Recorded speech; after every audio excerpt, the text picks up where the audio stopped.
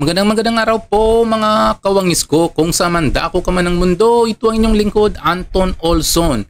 Sa mga kapwa ko OFW dyan, lalong-lalo na sa Middle East, Yumkin side sa mga nakasubscribe na sa akin.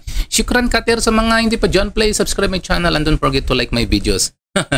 Ngayon pag-uusapan po natin ngayon si Itbulaga.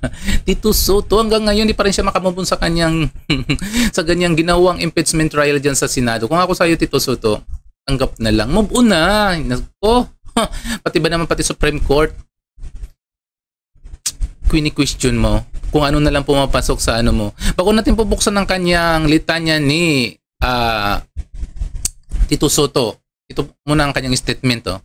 It is prudent to wait for the results of the Supreme Court decision rather than prematurely archiving. If not dismissing, because I know for a fact, once it is archived, it is dead. May God have mercy on your decision. Senator Tito Soto. Diba? May mga ganyan ka pang mga mga litanya. So anyway, ito panoorin mo natin ang kanyang statement. Ang kanyang, tawag dyan? Ang kanyang litanya ni Tito Soto.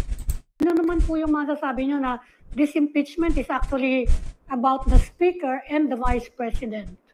Well, to a certain extent, ganun yung pananaw ng iba, no? Pero sa akin kasi, kung gusto natin o kung gusto nila, debatihin natin ito na hindi tungkol kay VP Sara o hindi tungkol sa kahit sino. Debatihin natin on the issue of impeachment alone. Let us say a Supreme Court Justice was being impeached. Ganun ang sabihin natin. Or the Ombudsman was being impeached. Ganito pa rin ang stand ko kung ang makikita ko sa decision ng Supreme Court ay talagang flawed. Sa loob-loob ko, ay teka, una, and this is the pinakamalaki sa lahat na issue para sa akin. The three branches of government, judiciary, legislative, executive. Judiciary can never amend the Constitution, never even pass a law unless it is a decision and it becomes part of the law of the land. No? Ganun yun eh. Pero ito, Constitution to, kami nga mismo kung hindi kami mag-Constitution Assembly. Diba sabi niya, kahit hindi si VP Sara ang ini-impeach, kailangan pag-usapan at pagdebatihan. Hindi, tanggapin nyo na lang kung ano pang sinasabi ng Supreme Court na executory ka agad, yung impeachment na kasi depektibo, kailangan tanggapin natin. Ikaw naman, school bukol ka rin Kami ang nagpapasa ng mga batas at gumagawa ng mga batas. Hindi namin magagalaw yung Constitution itong decision practically amended the Constitution. Kaya sa akin, kahit hindi si VP Sara yan, ewan ko kung anong political ng gusto nila. Sa akin, the point is, it's the number one problem as far as I'm concerned. We are amending the Constitution instead of interpreting the Constitution, which should be the trabaho ng Supreme Court. During the deliberations, several points were raised na factual errors na pinapoint out nga ninyo dun sa ruling na siguro inadvertent din on the part of the Supreme Court, no? At umaasa kayo na ma-appreciate yun ng ating Korte Suprema and yun na nga, baka sakaling ma-reverse yung kanilang desisyon. Ngayon, paano kung hindi i-reverse? What if they double down? Sabi nila, hindi, okay na yan. Yan na yung aming yan na yung aming napagdesisyonan. Ano ang susunod? Ano ang pwedeng gawin para, kasi sinasabi ng mga tao, it will weaken our institutions at yun nga, sinabi nyo na, paano naman yun, inamendahan nyo yung constitution natin through a judicial order. Ano ang pwedeng maging next move nung mga nagpupush na itong issue na to, yung impeachment? At this point, napakabigat ng tanong mo na yan, Ali. Masyado mabigat yan because pag sinabi natin na hindi i-rectify ng Supreme Court man lang yung kanilang decision, yung overall decision nila okay yun, pero baka naman pwedeng i-rectify yan. Ngayon, sinabi mo, hindi. Speculative. Ayaw ni Senator. Yes, speculative lang, yeah. Ayaw ni Senator dati ng speculative. Anyway, speculative. Hindi kumilos. Yun na yun. Tapos ang motion for reconsideration binasura. So yung laman ng decision yun na yun. Ano? They amended the Constitution. At least, mahirap isipin ko ano mga pwedeng gawin. Pero ako, nakikita ko agad dito, bigla akong papayag sa Constituent Assembly. Dati ayokong palitan never ako sa Chache. Na, pwedeng ano yan eh. Pwede kasing masabi ng iba na merong tawag dito, grave abuse of discretion ng mga justices. At saka po, culpable violation of the Constitution yan. Dahil binago nila, hindi naman nila trabaho. Okay, sa'yo. So, ano mga remedyo? Pinahirap nila impeachment. Di ba? Pag nanatili yung sinasabi nila, yung ilang puntos doon na dapat gawin, isa-isa natin mamaya if you don't mind. Pero at this point, just to answer your question, sa akin, ang naiisip ko agad, papayag na ako sa Constituent Assembly. Papayag ako to change the Constitution pag gaganyan. Sapagkat, taga mo na, naiba na eh. Wala nang mai-impeach, believe me. Bakit ko nasabi yan? No? Dito sa decision nila. Meron silang mga requirements na dinagdag. Evidence must be, detailed. Yung impeached officer must be given a chance to refute the complaint. Kung ayaw umattend. So, walang impeachment. Hindi ba? Ayun. The evidence must be shown.